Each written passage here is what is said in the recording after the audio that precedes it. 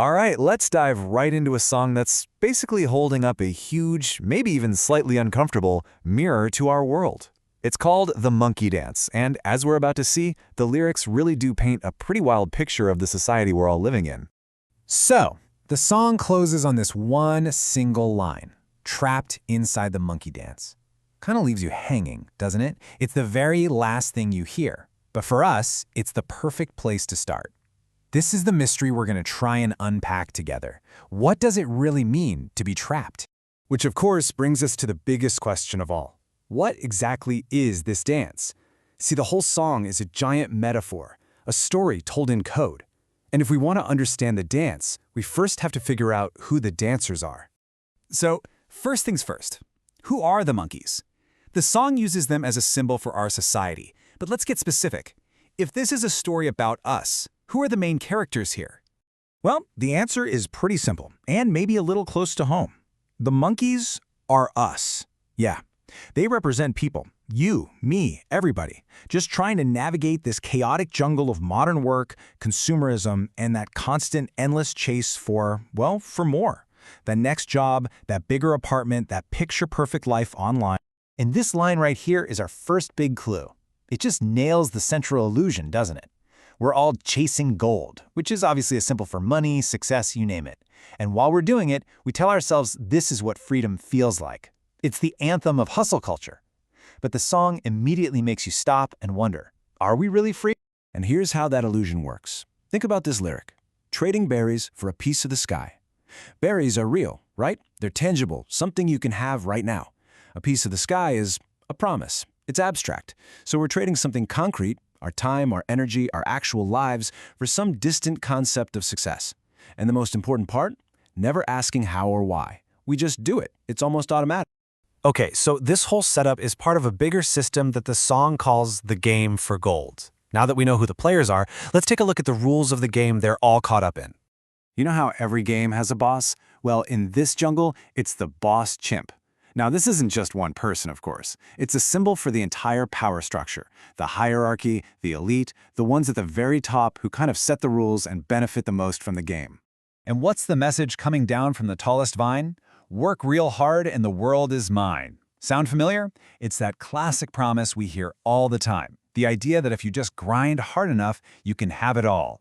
It's an incredibly powerful and motivating story, and you see it everywhere, from corporate mottos to influencer posts. But the song immediately slams us with the contradiction. On the one hand, you've got this beautiful promise, work real hard. But on the other hand, the reality for so many is feeling chained so tight. And that massive gap between the dream being sold and the day-to-day reality is exactly what the song is pointing at. So how does a system like this keep going? The song points straight to the next generation. The little ones watch with wide, bright eyes. They see the game, they hear the promises, and they buy in completely. They start dreaming big but believing lies, which suggests this whole cycle is basically designed to repeat itself over and over. I love this phrase from the song. The rewards you get from playing the game, it calls them fool's bananas. It's such a clever play on fool's gold, right? It's saying that the wealth we're all stacking up, whether it's stocks or just the gig economy hustle, it's incredibly fragile. It looks valuable, but it can disappear in a second.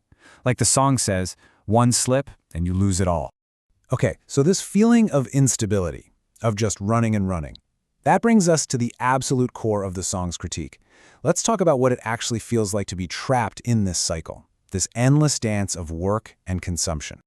The chorus is basically the theme song for this loop. Do the monkey dance, spin and sway. It doesn't sound like a joyful dance, does it? It sounds like an obligation. And those words, round and round, they're crucial. They tell you this isn't a journey forward. It's a treadmill. It's a game that just keeps going. The song even lays out the steps for us. It's a simple 4-part loop. 1, chase more. 2, dance faster just to keep up. 3, sell dreams, whether you're selling a product or just selling the idea that you're winning. And finally, 4, repeat. Notice there's no step 5. The goal isn't to win the game, the goal is just to keep the game going. And this line, for my money, might be the most important one in the entire song. Never stopping to realize. It points to this idea of a collective blindness. We're all so busy dancing, so caught up in the rhythm, that we never hit pause and actually look around and ask, hey, wait a minute, What is this dance, and why are we all doing it? And that brings us to our final part, the big question. This is the moment the song stops being about some monkeys in a jungle and turns that mirror directly onto us. Think about this line from the end of the song. The jungle echoes with claps and cheers. This suggests we're not just being dragged along, we're actively celebrating it. I mean, think of all the likes and shares for displays of wealth and success. We applaud the chase. We are dancing blind. And so often we mistake all that motion for actual progress. And the song ends on this really challenging idea. One by one, we take our chance. It acknowledges that we all make our own choices. We have our own ambitions. We all want to climb that tree. But here's the paradox. It's those very individual choices, all of us trying to get ahead, that actually fuel the collective trap and keep the whole dance going for everyone. So we end where the song leaves us with a question that really just hangs in the air.